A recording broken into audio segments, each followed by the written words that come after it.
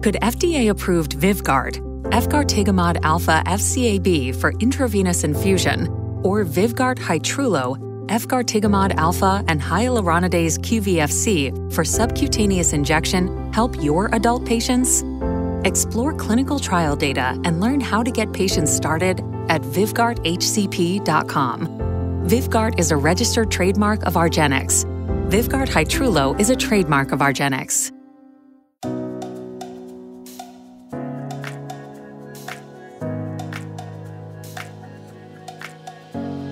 This is Jose Merino, Editor-in-Chief of the Neurology family of journals. The Neurology podcast provides practical information to neurologists and other clinicians to help them provide better care for their patients. Thanks for listening and have a great week. Hello, everyone. This is Andy Southerland again from the University of Virginia. And today I have the immense pleasure of speaking with my colleague, Andrea Lendaris from the Icahn School of Medicine at Mount Sinai for this next iteration of our Physician as Patient series. Andrea, thank you so much for joining us today.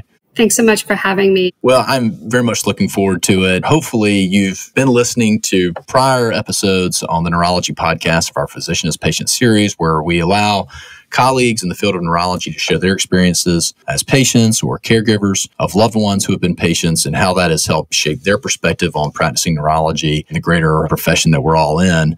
Andrea and I had the pleasure of meeting actually at the American Academy of Neurology annual meeting this year during our live stage interviews for the Physician as Patient series. And she was kind enough to come forward and share some of her story at that time. And we said, we've got to get you on the podcast so we can share with our greater listening audience. So Andrea, as often with these podcasts, I think the best place to start is just with you telling us your story, your experiences as a patient, and then we can talk about how it has shaped your idea of the profession and your practice. But yeah, just tell us your story.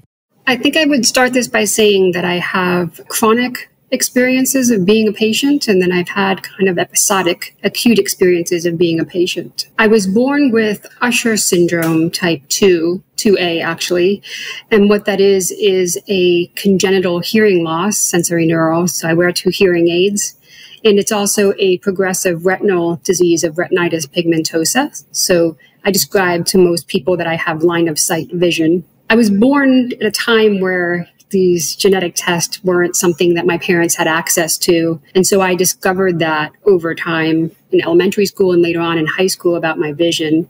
So I've kind of navigated through life and through my first career as a speech pathologist with those changes in my sensory input system. And through my career of being a speech pathologist, I worked always in the hospital setting and I enjoyed patient care. I became more and more interested in my patients' experiences and what happened to them before they were working on their rehab. I think I had an intellectual curiosity as to the math and the science and the biologics behind it. So in brief, it took me 14 years, but I worked my way through going back to the basics, pre-medical coursework and medical school, and now I'm a trained stroke neurologist. But along that way and in my journey, I was right before my residency. I had an elective surgery to repair something in my hip after a childbirth with one of my kids. And then I just, did that med student type A thing. I'm going to go get all these health things taken care of before I jump into my intern year. And I got my first mammography at 40 and they called me back for a screening. And I did that eye roll thing where med students think that they know more, like, oh, we're over screening here. And long story short, they found extensive DCIS through one of my breasts that was not small enough to just do a simple excision. And we needed to do a full mastectomy. So I entered intern year with that experience. 6 weeks in, I went from being in the CCU watching the cardiac monitors for my patients, and I felt like I blinked, and 2 days later, there I was watching my own monitors, and had that experience of just that loss of control and being on that other side of that curtain. Right now, I'm the patient, and my body has changed, and I'm at the mercy of the people taking care of me. And with that, I would just say, it was intern year. So you're trying to take care of yourself, but wanting to get back in the mix. I had an unexpected 17 days after my surgery complication where I was home alone and my kids, I had 3 kids at the time. They still do. They were down at my mom's house because my husband was going out of town. I said goodbye to him and I suddenly felt a change in my chest. And with the help of the on-call resident that I was speaking with, I quickly assessed myself, looked at myself in the mirror, and we realized that I was having potentially an acute bleed. And so, you go through being a patient, being a person, and then your medical brain of being a doctor. And I'll never forget the moment he asked me, "So when's the last time you ate?" And when you're looking in the mirror and you're alone in the house, your medical brain says a lot of words I won't say in the podcast. It looks like I'm going into surgery. So I quickly put on a dress. I grabbed my charger and my hearing aids. And I don't advise this to people, but I was in the city. And so I walked myself to the urgent care. Probably should have called an ambulance, but I would say, like I say to my kids, don't do as I do as I say sometimes. That's going to be one of those examples. I made my way, thankfully, to the urgent care. By the time I arrived, my skin was separating from my chest. My bleeding had gone to a point where it was wrapping around my back. And I remember looking at the nurse, and she kind of took me in that care moment of just saying, like, you got here, like, now let us do the job. And I would say, like, on the way there, I did cross my mind. It's Sunday morning. It's 9:00 in the morning on a Sunday morning. I'm an intern, right? So you go back and forth, like, who's on call? Do they want to be on call? Is this someone who's on 24? What is going to be on the receiving end for me? And will I be taken care of? And I won't forget that nurse or what that first injection of morphine was when I felt the pain relief. A lot of question stems, and we take a lot of tests as physicians, but when you experience what that really does, there's a reason why it comes up on so many different exams and specialties, because it does take a lot of that fight and flight down for a person. And I would just say the last part of this story is, before I was going on to the OR table, the surgeons that were on call, the attending and the resident, just turned to me and they saw my worry and they saw my concern. And there were a lot of thoughts going through my head as a mother, right? And thinking of my young kids and my husband. And they just took 30 seconds in the OR to come over to me and just chatted with me and reassured me and just said, you got here. And again, let us do our job, and it's time for you to let go. And that's never been lost on me. We can talk about how I try to pay that forward and how I treat people as vascular neurologists, right? We're always dealing with people in their very high traumatic times in their lives. So that comes with me for certain. I would say, those acute episodes, thankfully I recovered and went on to do my intern year and went on to do my neurology residency. Just to be faced with COVID, right? It's really fun times. But, my disabilities, like, that's the chronic thing that's lived there. And I definitely came through an advocacy and experiences with that, where I've now moved into medical education to help look back and help other people. But to answer your question, right, that's how I've come to do that dance on both sides of that patient care curtain. And for me, it's forever pulled back. I have to straddle both sides with I deal with my Usher syndrome. But I think it's unrealistic for any of us to think that we're superheroes and that we're never going to experience what it's like to be a patient. So I think it's important that we have these discussions. First, Andrea, let me just voice what all of our listeners are thinking right now is that it's hard enough to go to medical school and do intern year and do residency and even on into one's career without any health-related issues going on, let alone multiple, if not myriad interactions with the healthcare system and the challenges that you've overcome. So first of all, I'm in awe of you, and I know our listeners are as well. So that's the thing we need to say first and foremost. But secondly, what I'm really curious about, and you mentioned, is a stigma that physicians are superheroes and that, we don't have our own personal healthcare issues to deal with. Do you think that having had your chronic conditions and been a patient before, do you think that fortified you in any way to be resilient and to manage the acute issues that occurred prior to your intern year, or do you think they're compartmentalized in some way? And what kind of context do you think that could provide for our interaction with the profession in general as patients, being neurologists, being physicians? I think I'm of two minds in how I see it. And I honestly have not appreciated my resiliency so much until I've gotten to this point of being an attending. When you're coming up in training, and especially me, I was switching careers, so you're not even in medical school yet. There's no guarantee where you're going to land. And so with my disabilities, and this is like 10 years ago, right, when I was applying, thankfully the culture is different now. It wasn't as inviting for someone who's neurodivergent or different, right?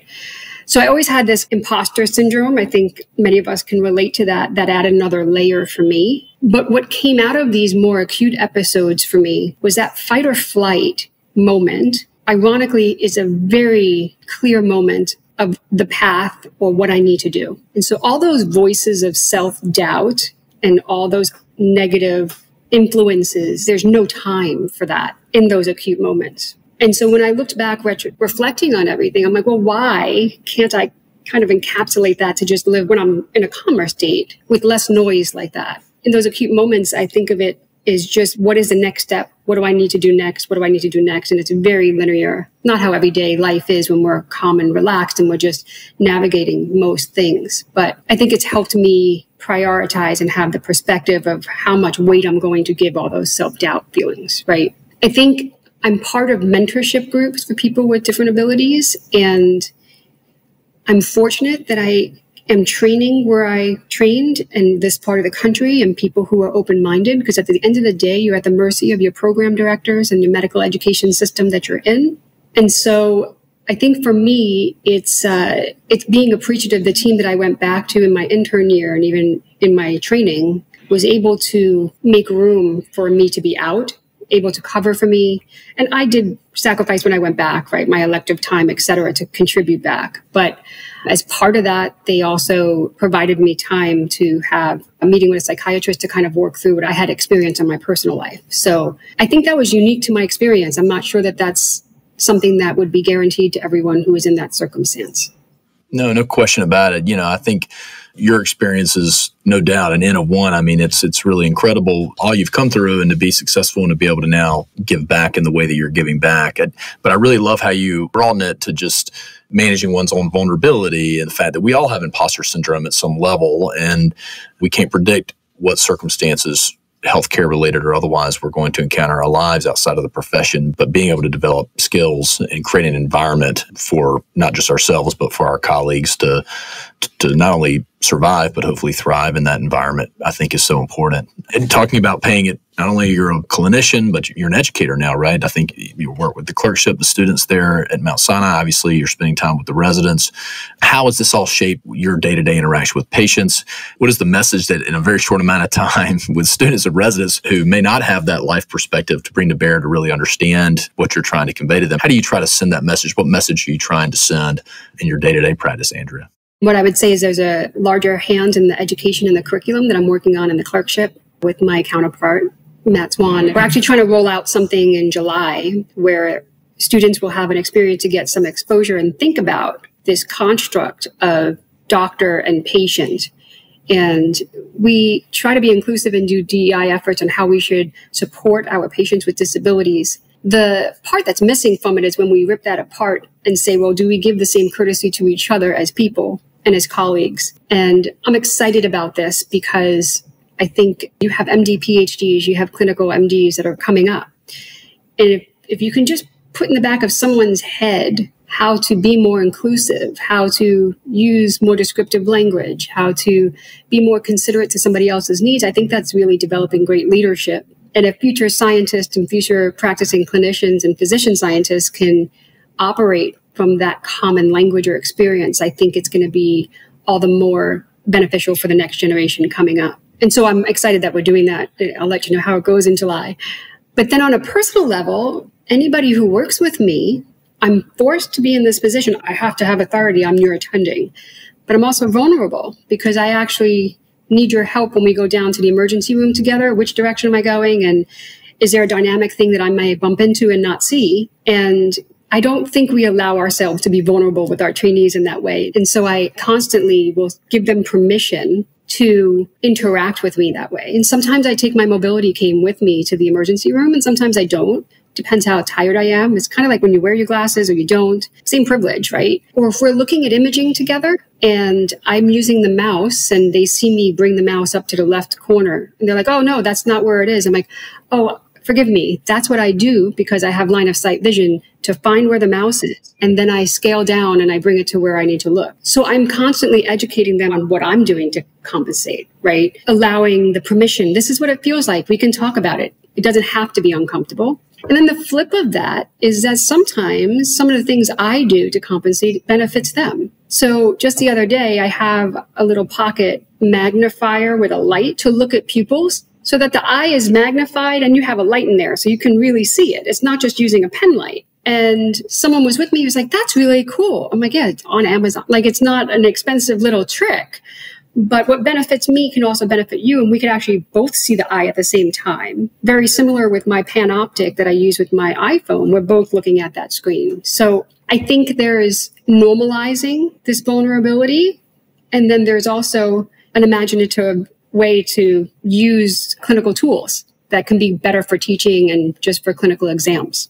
I'm actually probably going to ask you after this podcast where I can get that off Amazon, because working with the students and the residents on seeing the fundus and doing a good eye exam with added tools would be wonderful. But I really love the phrase normalizing the vulnerability with patients and with your staff and even with your family. I think that we build up these artificial barriers because we feel like we have to be strong and invincible and we can't be vulnerable. I love the phrase normalizing vulnerability because then it does create a space for others to be vulnerable as well.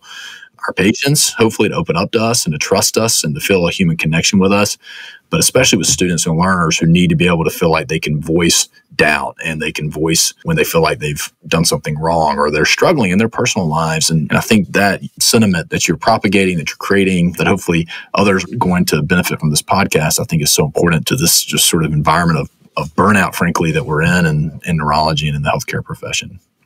It's a matter of a frame shift, right? I think something is coming back as an adult and going through medical education. There were many moments that I head scratched to say, why do we do it this way? And it seems more that it was this infrastructure that we've inherited. And then we've all normalized it, that this is how I went through and I struggled this way. So that must be the way. And that must be what you have to do. And I think in my role as a medical educator, I'd like to just press pause on that, have us step back and reflect, because the training that this was designed for did not have gender at the table, diversity, yet alone people with disabilities. We were not there when they designed this. We can also get into a conversation about just how fertility and women's health and what they do. So there's a lot of different sacrifice now. And so the sanctity of medical training, I think there is a lot of value in the good old fashioned connection with people, right? And I think there's a lot that we can hang on to, but I think we'd be silly if we didn't just step back and look at the social culture around us and the needs of our trainees and not be able to kind of find a way. I was lucky in where I was in my intern year, right? That people were able to fill in with me because we were a big enough program, right? If it was a smaller program, that doesn't always work out that way. And it is tough that some institutions are really constrained because you rely on residents as the work labor force.